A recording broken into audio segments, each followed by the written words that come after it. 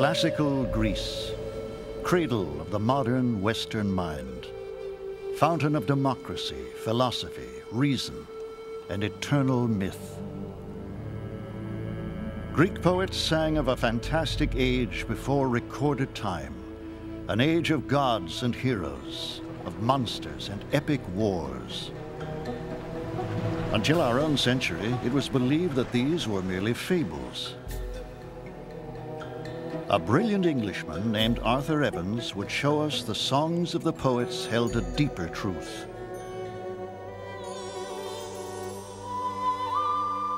He would discover the Minoans, a dazzling civilization lost in time, builders of the mythic labyrinth, even the nation of lost Atlantis.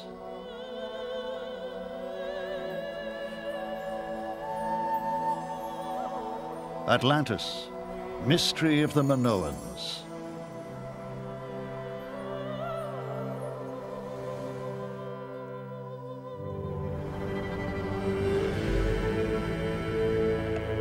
Late in the 19th century, historians maintain that the glory of classical Greece burst like a brilliant sun from prehistoric darkness.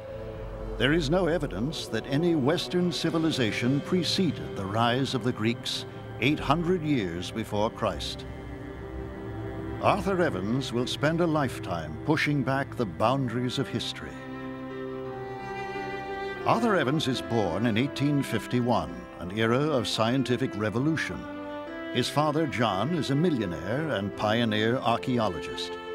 The work of John Evans pushes the dawn of human civilization farther and farther back in time, a concept rejected by the Oxford academic elite. Now young Arthur Evans enters the fray. By the time he is 30, he has made his mark as a scholar and a rather wild adventurer.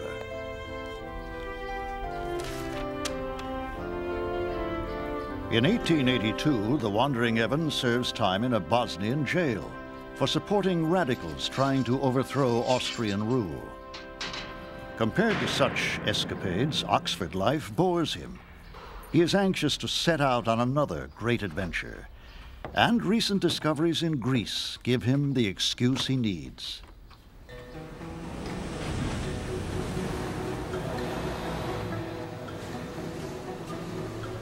The cause for Evans' excitement?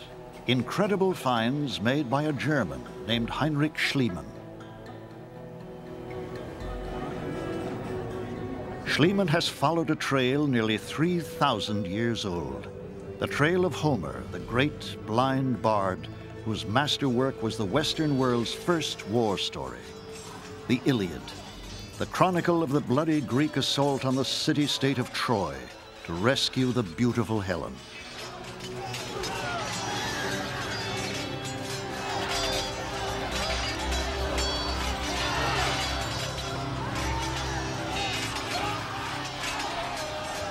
A desperate mission that turned to victory when the Greeks tricked the Trojans, entering the city hidden in a giant wooden horse.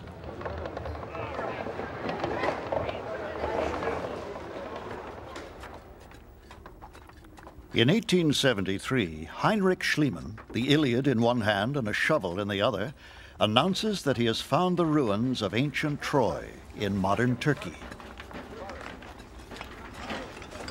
Buried beneath millennia of rubble, the German uncovers a great ancient city he believes can only be Troy. And as Schliemann's wife models a priceless headdress found in the ruins, he proclaims Helen of Troy reborn. At Troy, myth has been made real. But now Arthur Evans is heading for Schliemann's latest and most spectacular find, Mycenae, the mystic city of the glory of the Greeks. To Homer, Mycenae was the citadel of the great king Agamemnon, leader of the Greek assault on Troy. A fortress whose massive brooding walls have been set in place by the giant Cyclops. Here again, the words of Homer lead Schliemann to astounding discoveries.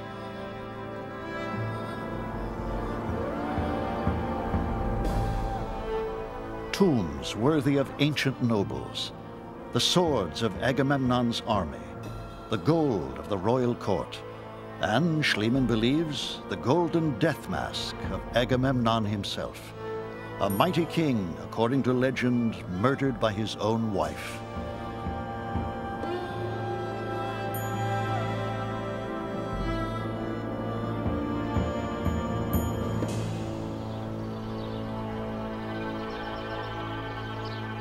Arthur Evans is obsessed by the riddle of Mycenae.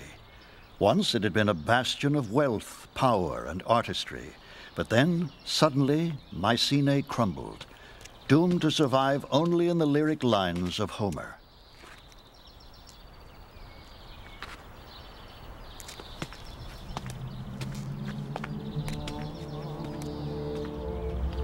A fortress on Greek soil, yet so different from classical Greece. He wonders, who lived here?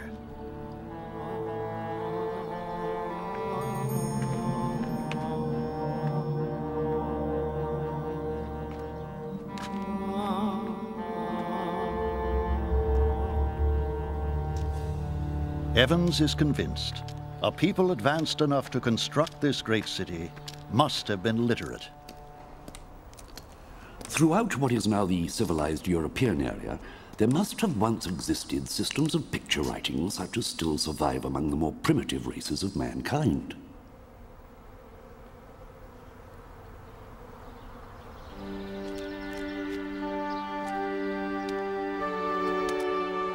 It is the destiny of Arthur Evans to unravel the mystery.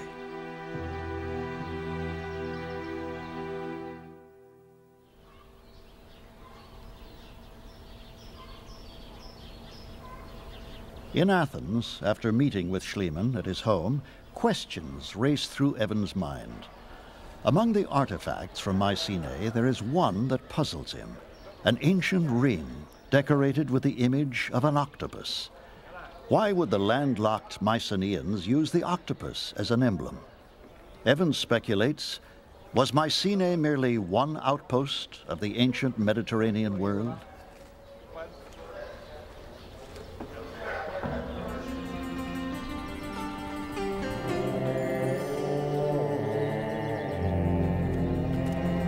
Evans has one clue.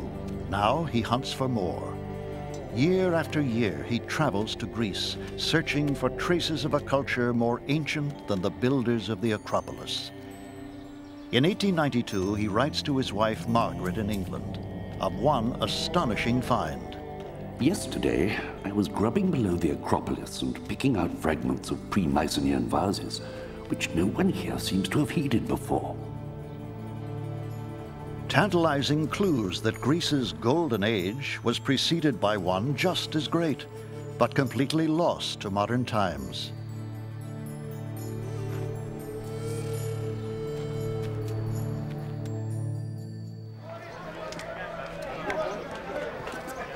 In Greek markets, Evans hunts for more pre-classical artifacts.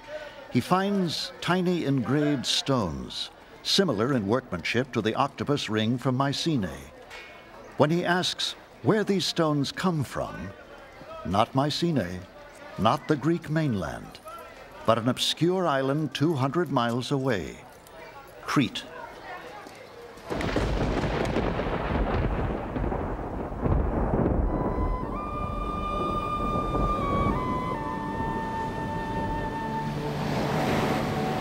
Crete, a magical, legendary island. Its unmatched beauty and its mighty king described in the works of Homer. In the middle of the wine-dark sea, there is an isle called Crete, a ravisher of eyes, washed by the sea. On Crete are many cities. The greatest is Knossos, where King Minos ruled, in council with mighty Zeus.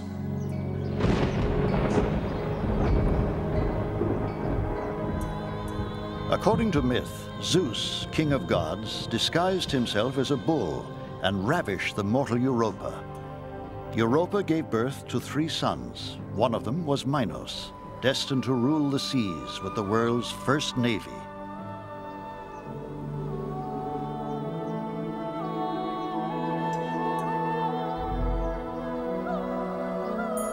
Like the signet stones, the myth of Minos leads Arthur Evans south. On Crete, he will arrive at the intersection of myth and reality. He will enter the fantastic realm of Minos.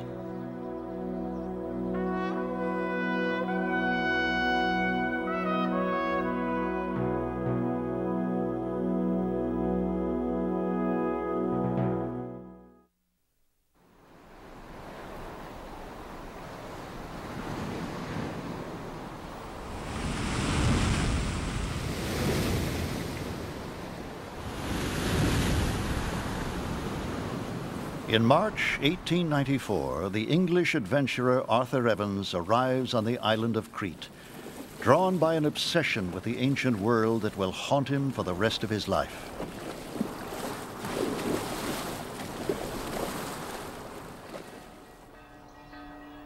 Crete is a backwater, torn apart by the conflict between the ruling Muslims and a Christian majority. On the surface, little evidence of the island's lost glory.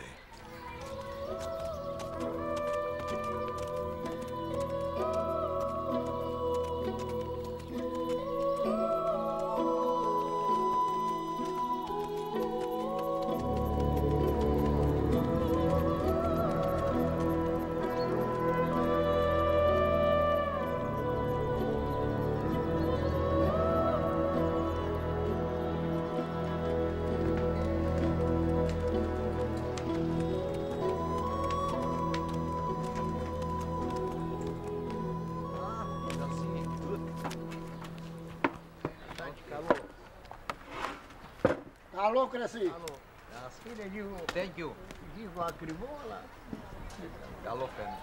Evans finds what he came looking for. More of the engraved stones he had seen in the Athens marketplace.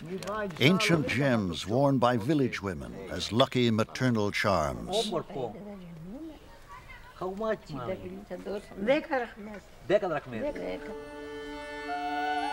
The engraved gems show that there was here a considerable perfection in art, and excavation may bring untold treasures to light. The golden age of Crete lies far beyond the limits of the historical period. Evans turns from adventure to archaeology, guided like Schliemann by Homer. His quest draws him to a grassy plain where, according to legend, there once stood a palace called Knossos.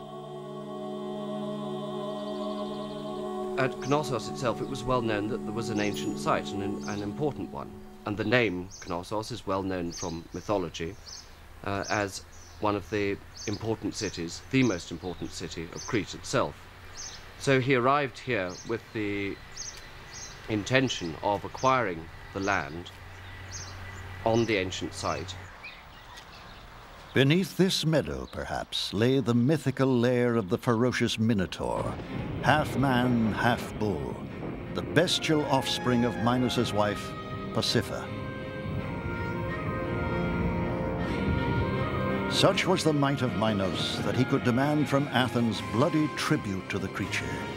7 young men, 7 young maidens, torn apart to appease the wrath of King Minos, until brave Theseus entered the labyrinth and killed the beast within.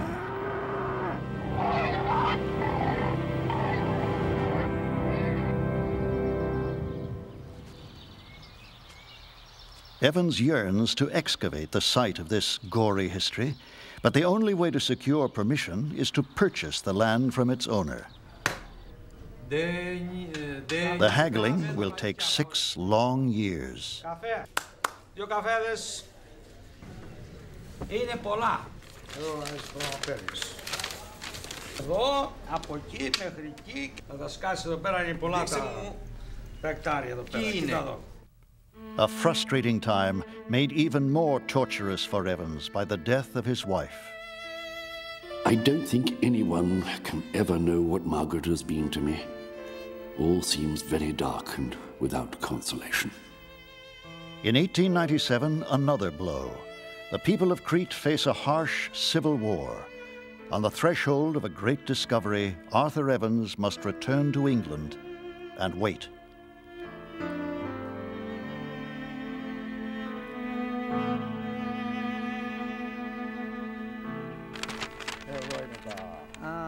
When the fighting ends, Crete is independent. Excavation is permitted, and the real estate bargaining finally continues.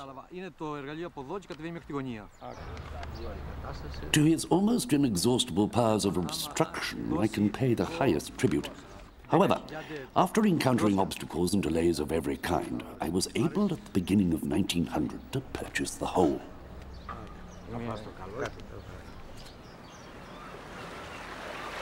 To help with the excavation, Evans summons a respected archaeologist. Could you come supervise, under my direction, important excavation, Knossos? Personal affair terms, 4 months, £60, and all expenses paid. To begin at once, Evans. Duncan Mackenzie will supervise the digging, beginning a partnership with Arthur Evans that will last for 30 years.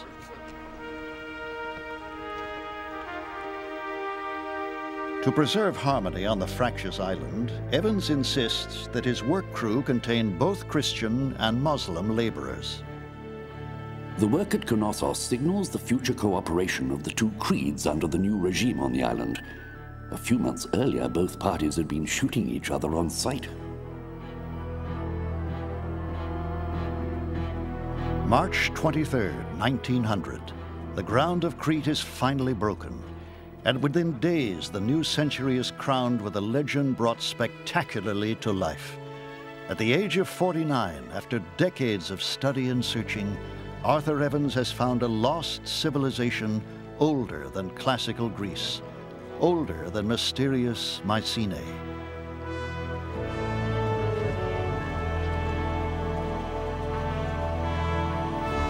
The extraordinary phenomenon, nothing Greek, nothing Roman. Nay, its great age goes well back to the pre-Mycenaean period.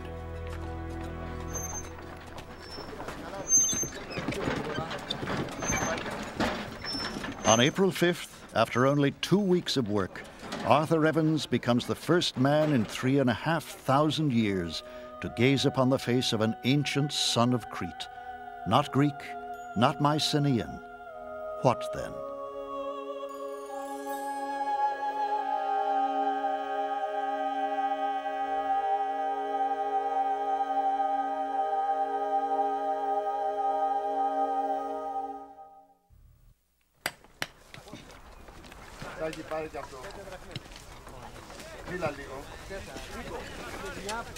For 20 years, the English scholar Arthur Evans has searched for the historical origin of Greek myth. Now, on the island of Crete, he finds it. Walls and floors, pottery of an unknown style, the works of a mysterious civilization to be scrupulously examined by Duncan Mackenzie. Evans was extremely lucky when Mackenzie came with him to Knossos, because I don't think Evans really had a great deal of knowledge about the practicalities of field excavation and how one has to excavate carefully layer by layer in order to determine the chronology of what one is digging.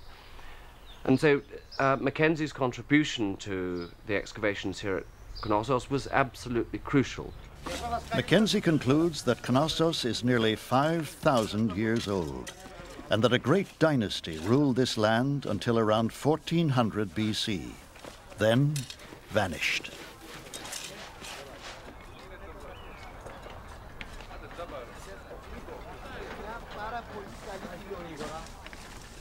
Evans names this lost world Minoan, after the legendary ruler of Crete, King Minos. He has discovered the royal palace of a forgotten empire.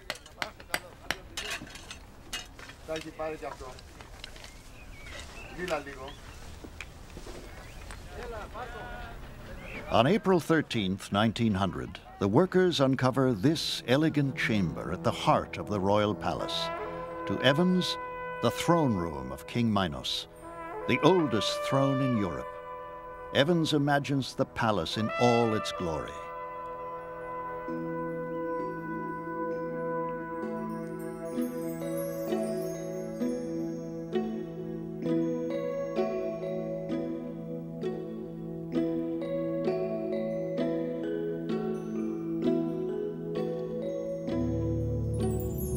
Evans will spend the rest of his life in the pursuit and the resurrection of the glory of the Minoan world. Frescoes show a society of graceful noblewomen at leisure, of daring young men vaulting over the horns of mighty bulls. In these vivid paintings, Evans sees the legendary combat of Theseus and the Minotaur brought to life.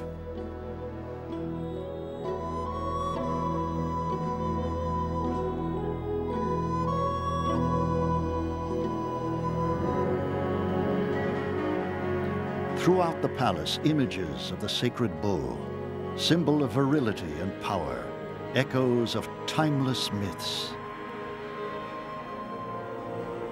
Myths of bulls and of the goddess of the snakes, a palace consecrated to faith and ritual.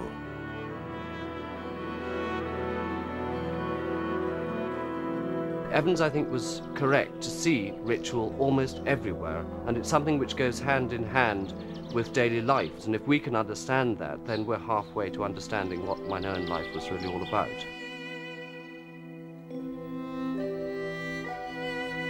But Knossos was more than the temple of Minoan religion. It was their capital, command center of a great trading empire with links in Europe, Africa, and Asia. Evans finds huge warehouses of jars that once were filled with grain, honey, oil, and wine, thousands of gallons at a time. He wonders if these great sunken chambers also had a more ominous function. With what object were these walled pits constructed? It does not seem unreasonable to recognize in these deep-sunk walled chambers the dungeons of the palace. The longer chamber holding several prisoners, the smaller perhaps for solitary confinement. The groans of these Minoan dungeons may well have found an echo in the tale of Theseus. The sheer scale of Knossos is overwhelming. 1,400 rooms, far bigger than Buckingham Palace, sprawling over 6 acres. The Minoans even had running water and a system of sewage drains 1,500 years older than the famous Roman aqueducts.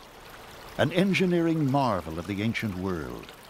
Conveniences not even enjoyed by some of Evans' English countrymen in 1900.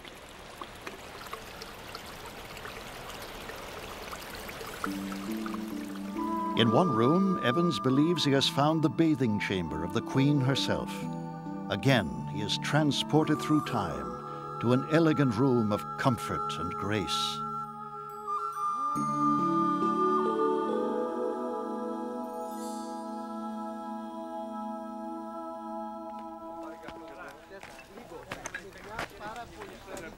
But to the Englishman, the most precious of the gifts of ancient Knossos is not its architecture. It is a series of tablets impressed with an unknown hieroglyphic text.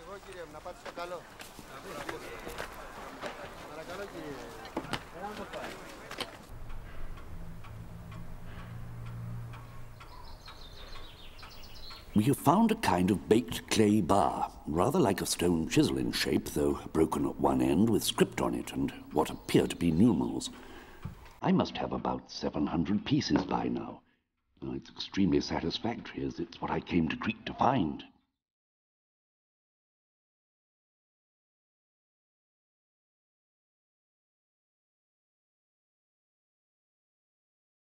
Evans identifies 2 types of script, which he calls Linear A and Linear B. But to read them, Arthur Evans will have to break their fascinating code.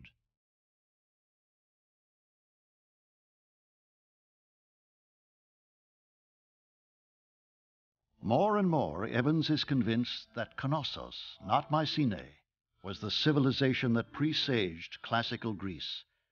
A capital without defensive walls, a center of culture, comfort, and peace, entered by the oldest road in Europe. Then, the Minoans vanished. Their majestic palaces crumbled. Why? To find out, to fully excavate and study the ruins of Knossos, Arthur Evans will devote all his life and nearly all his vast fortune, hiring first 50 men, then 250.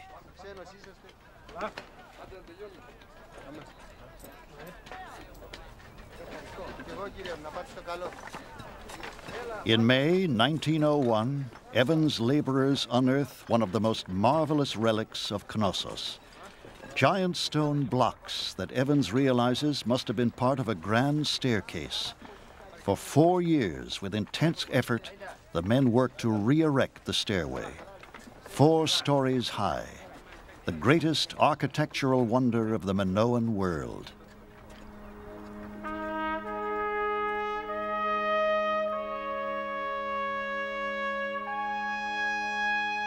Evans is convinced he has brought back to life the oldest and most brilliant civilization of the Western world. Crete, this comparatively small island left on one side today by all the main lanes of Mediterranean intercourse, was once the starting point and the earliest stage on the highway of European civilization. But if the Minoans were so mighty, why did their empire crumble? The answer may lie in another myth, a myth of beauty and terror.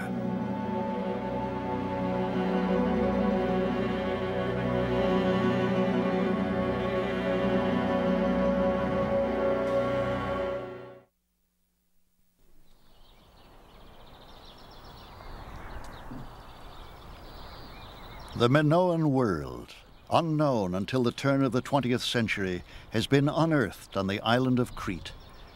In 1908, their discoverer, Arthur Evans, builds himself a grand new home at the site of royal Knossos. He calls it the Villa Ariadne, named after the legendary daughter of King Minos. The labyrinth of her monstrous brother, the Minotaur, is now completely revealed.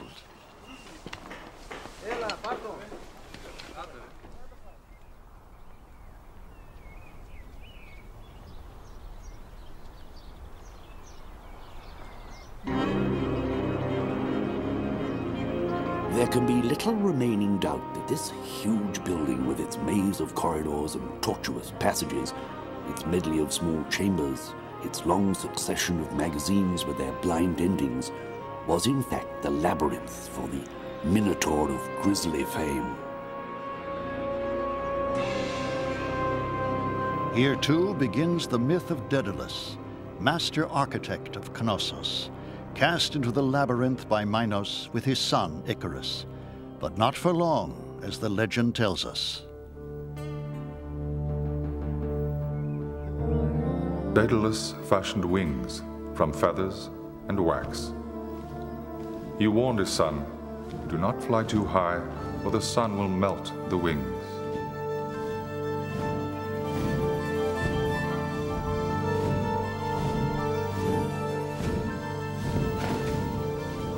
Icarus did not listen.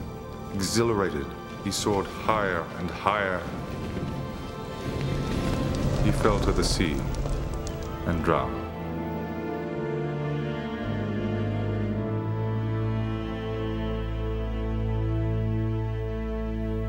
Evans' discoveries amaze the world. He has found the solid stone basis of the most alluring of ancient myths.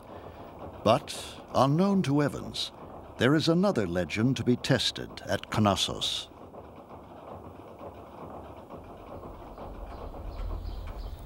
Arthur Evans has brought a forgotten civilization back to life, but it is the Minoan writing that obsesses him.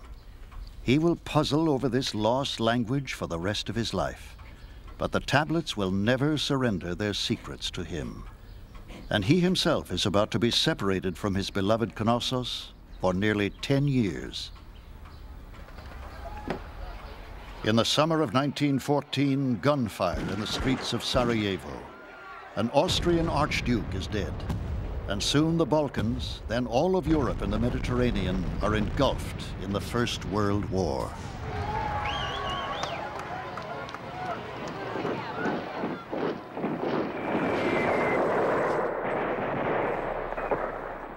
Further excavation on Crete is impossible.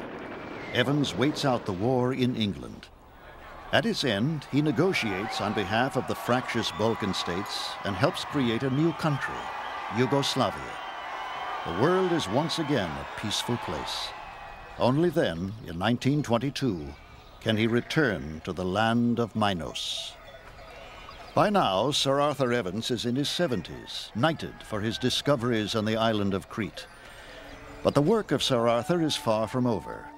He embarks on one of the most controversial projects in the history of archaeology, fulfilling a dream to not only uncover ancient Knossos, but to reconstruct it as he imagines its golden age.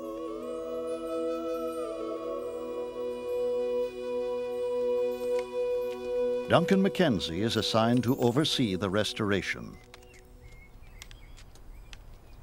He spent a great deal of time thinking about restoration, but this was only carried out in stages. In a sense, it was rather tentative at the beginning, partly because he wanted to know more about how it should be restored, but also because he really had to wait until reinforced concrete came into use in the 1920s, and it was then that he went rather wild over the restoration.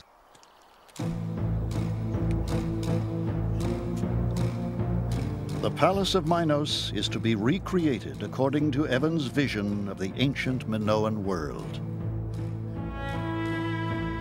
The project is daring and controversial, but Evans owns Knossos. He is respected enough and rich enough to endure the criticism. Working sometimes from the archaeological evidence and sometimes from his own imagination, he wants visitors to see Knossos as it was, millennia ago.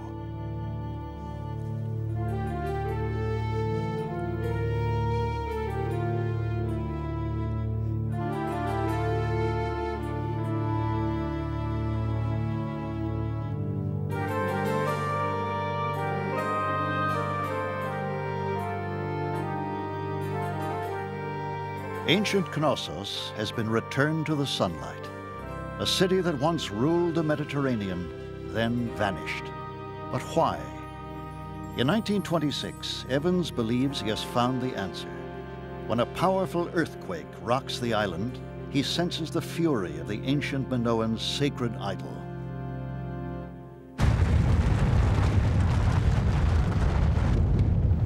A dull sound rose from the ground like the muffled roar of an angry bull. It is something to have heard with one's own ears, the bellowing of the bull beneath the earth.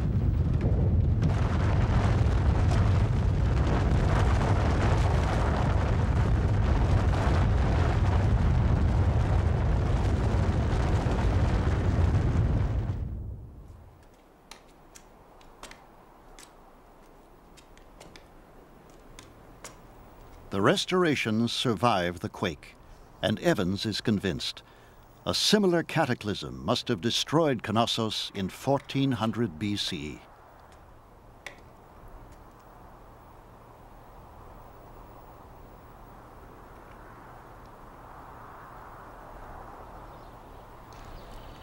For Evans, one mystery has been solved, but the other, the Minoan tablets, still escapes him. After 30 years of struggling, Arthur Evans has not been able to hear the voices of the silent past.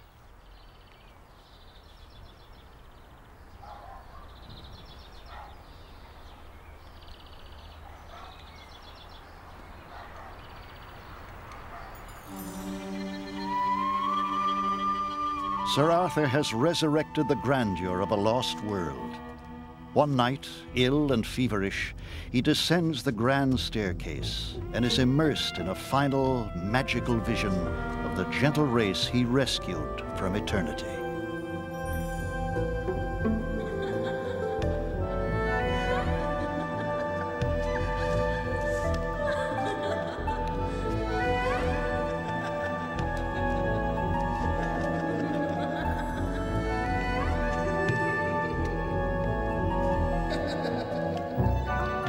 Tempted in the warm moonlight to look down the staircase well, the whole place seemed to awake to life and movement. Such was the force of the illusion. The priest-king, with his plumed crown, great ladies tightly girdled, flounced and corseted, Long strolled priests, and after them a retinue of elegant and sinewy youths, as if the cupbearer and his fellows had stepped down from the walls, passed and repassed on the flights below.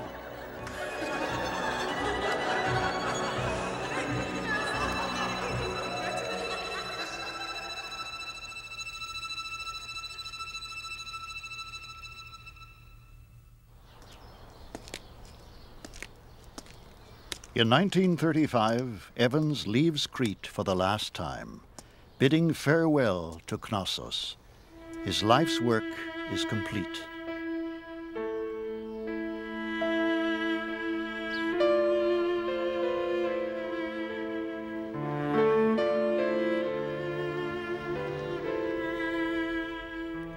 Sir Arthur dies 6 years later, defiant, controversial, indomitable to the last. Evans had taken scraps of pottery and shreds of myth and uncovered a regal empire. But one secret, the secret of the empire's collapse, remains embedded in the most alluring legend of all, the fable of lost Atlantis.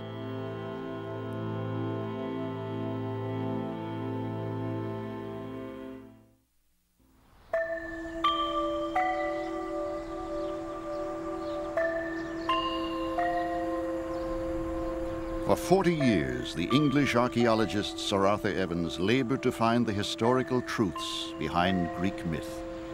2 questions about the Minoans remained unanswered: their language and their demise. After Evans' death, a Greek archaeologist named Spiridon Marinatos picks up the trail.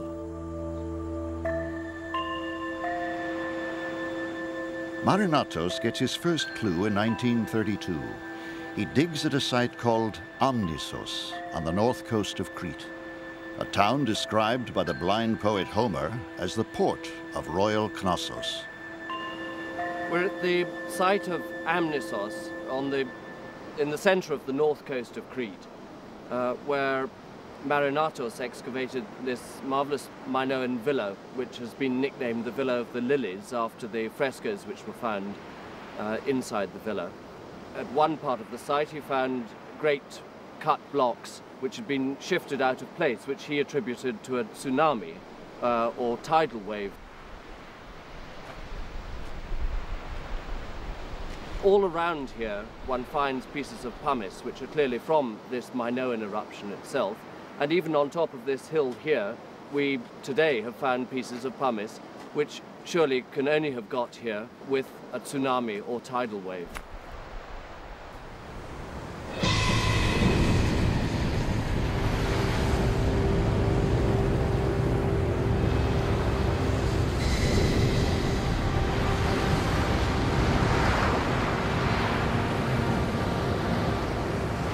What could have set off such a deadly wave?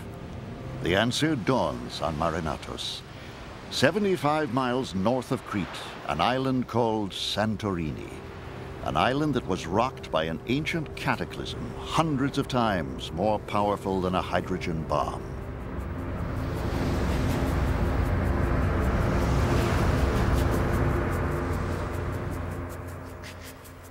Santorini. A stark, volcanic landscape whose sheer cliffs are all that remain after a fiery catastrophe that ripped out the heart of the island.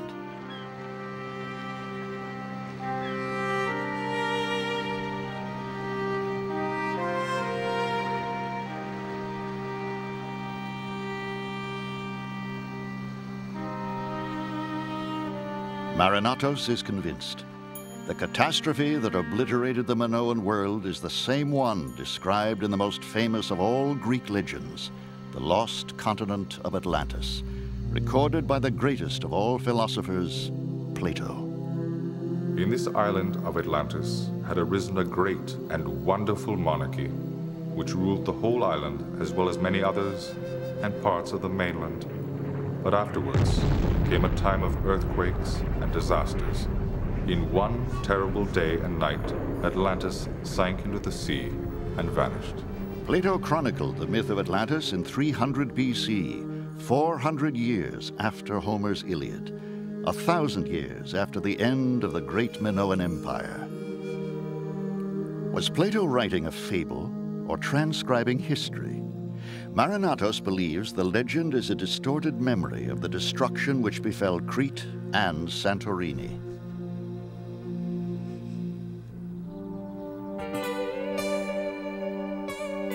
Atlantis, as described by Plato, bears an uncanny similarity to the Minoan world discovered by Arthur Evans on Crete. Plato repeatedly describes the Atlanteans' obsession with the mighty bull. In the sanctuary of the city, bulls roamed at large. The princes hunted them with wooden staves and ropes, but with no weapons of iron. When the bull was captured, they brought him to a column and slew him over it, drenching the inscription with his blood.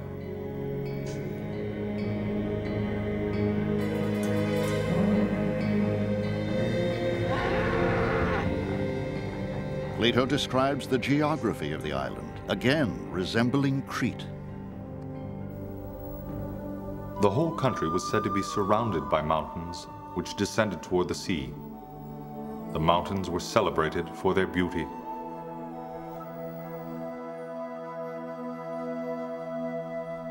Marinatos believes the Minoans were the people of Atlantis. He's convinced a great secret lies waiting to be discovered on Santorini. 30 years will pass before he can test his theory.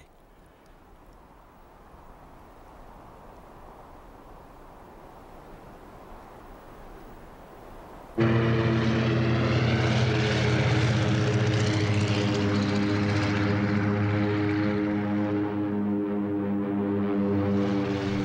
1941, Hitler's blitzkrieg reaches the shores of Crete. Hundreds of patriots are killed. Arthur Evans' home, the Villa Ariadne, is commandeered as Nazi headquarters. Then, at war's end, a bloody revolution in Greece renders field work impossible.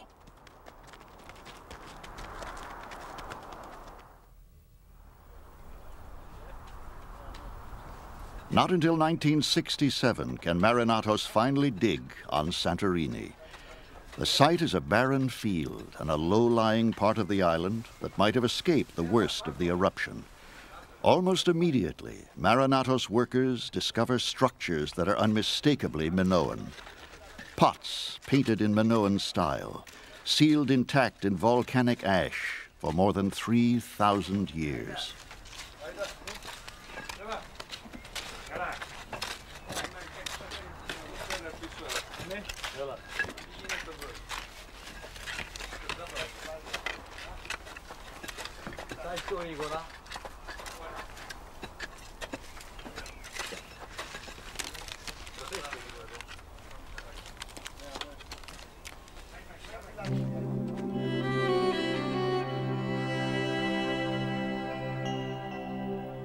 The Minoan houses of Santorini are virtually intact, some of them 2 stories tall.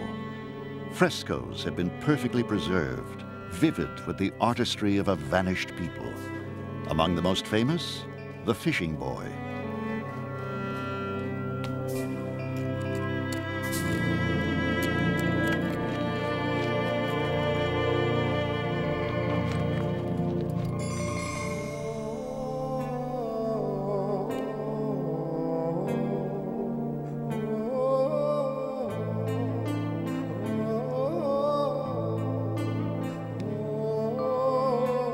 Unlike the wall paintings of courtly life at Royal Knossos, the frescoes of Santorini celebrate the lives of a merchant class, as described in Plato's Atlantis.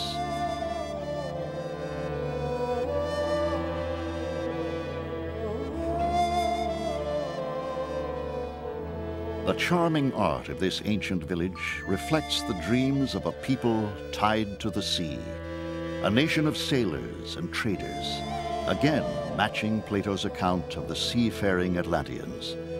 Their ships touch the shores of Egypt, Libya, Mesopotamia.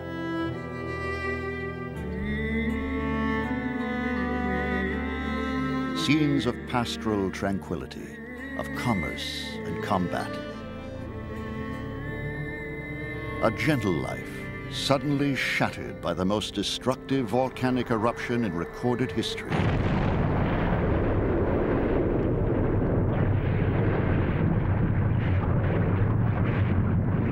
An explosion so powerful that it blew a 32-square-mile wide crater out of the center of the island. So fearsome that rock and ash were blasted hundreds of miles away.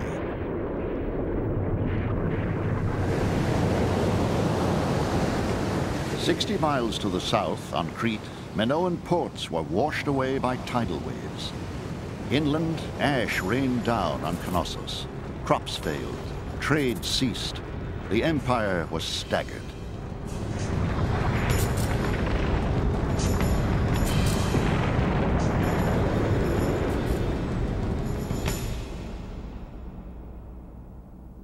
The people of the village excavated by Marinatos escaped before the deadly cataclysm. No skeletons are found, but archaeologists believe that elsewhere on Santorini, other Minoan towns lie sealed in volcanic ash. Somewhere, the bones of Santorini's Minoan victims remain to be found, huddled together in terror as their world blew apart.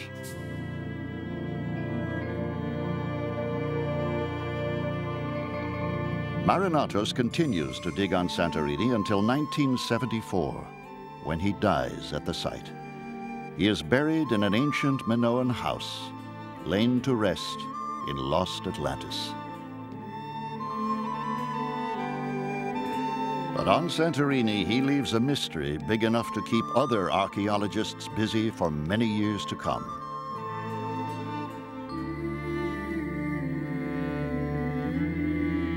On the shores of the eternal Mediterranean, mighty civilizations rose and fell, conquered, then disappeared. They left their artistry to delight us and their myths to haunt our dreams.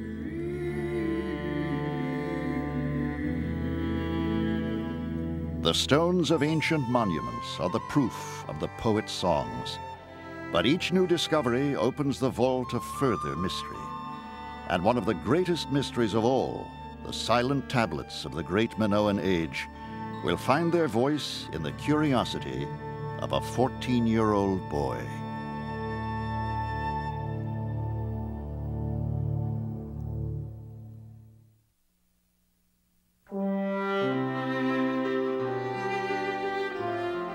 For decades, the English scholar Arthur Evans attempted to decipher two forms of written script from the palace of Knossos on the island of Crete.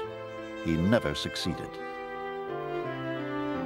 But in 1936, when he was 85 years old, Evans lectured to an audience of school children on the undeciphered Minoan scripts he called Linear A and Linear B. In the audience was a 14-year-old boy named Michael Ventris, who decided then and there that he would be the one to break the code. It takes him 16 years, but he succeeds. He deciphers Linear B. During the last few weeks, I've suddenly come to the conclusion that the Knossos and Pylos tablets must, after all, be written in Greek, a difficult and archaic Greek, seeing that it's 500 years older than Homer, and written in a rather abbreviated form, but Greek nevertheless. Ventris has pushed back the dawn of the West by 1,000 years. The names on the Linear B tablets are those of Greek legends: Hector, Achilles, Poseidon, Zeus. Proof that Western culture did not begin with the Acropolis, with Homer, or Plato. It began with the Minoans. Tragically, Michael Ventris dies in an automobile accident in 1956, before he is able to decode the even older script, Linear A. That language remains undeciphered today. A puzzle passed down through 4,000 years to challenge those who seek to peel back the curtains of the ages. To explore at the borders of myth and wonder, where truth meets the mystery of time.